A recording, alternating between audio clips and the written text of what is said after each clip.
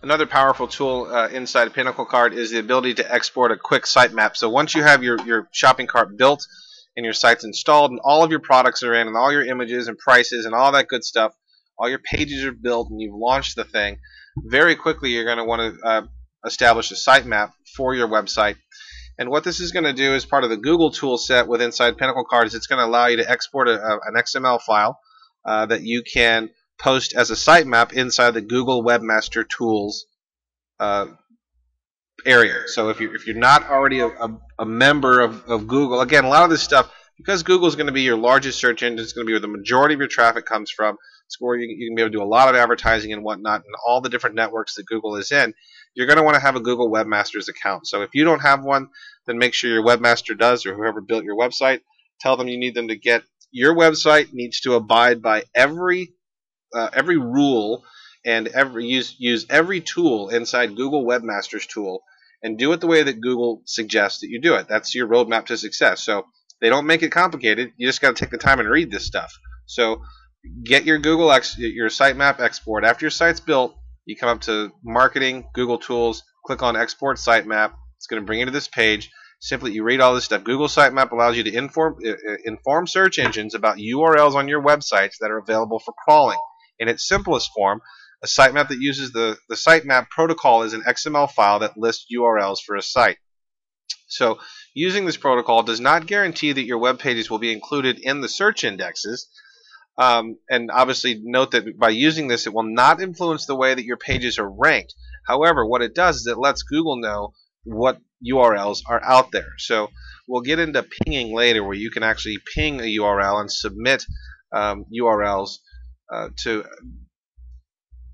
be pinged inside Google. And what that does, it's like tapping the search engine spiders on the shoulder and saying, hey, I've got new content over here, come check it out real quick, and then they'll come over and cycle through it and spider very quickly. So we can come back to pinging later, but for the starting purposes, you definitely want to get your sitemap up. Simply come to this page, hit continue.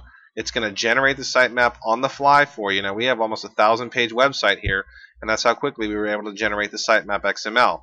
So now we're going to take this, and as it says here in the instructions, currently Google recommends placing your sitemap at the root directory of your HTML server.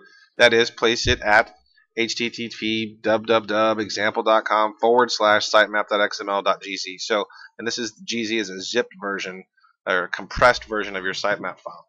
By default, the system will assign a change frequency as weekly and assign its own priority to pages. So the average user is not going to have to worry about change frequencies or priority of pages.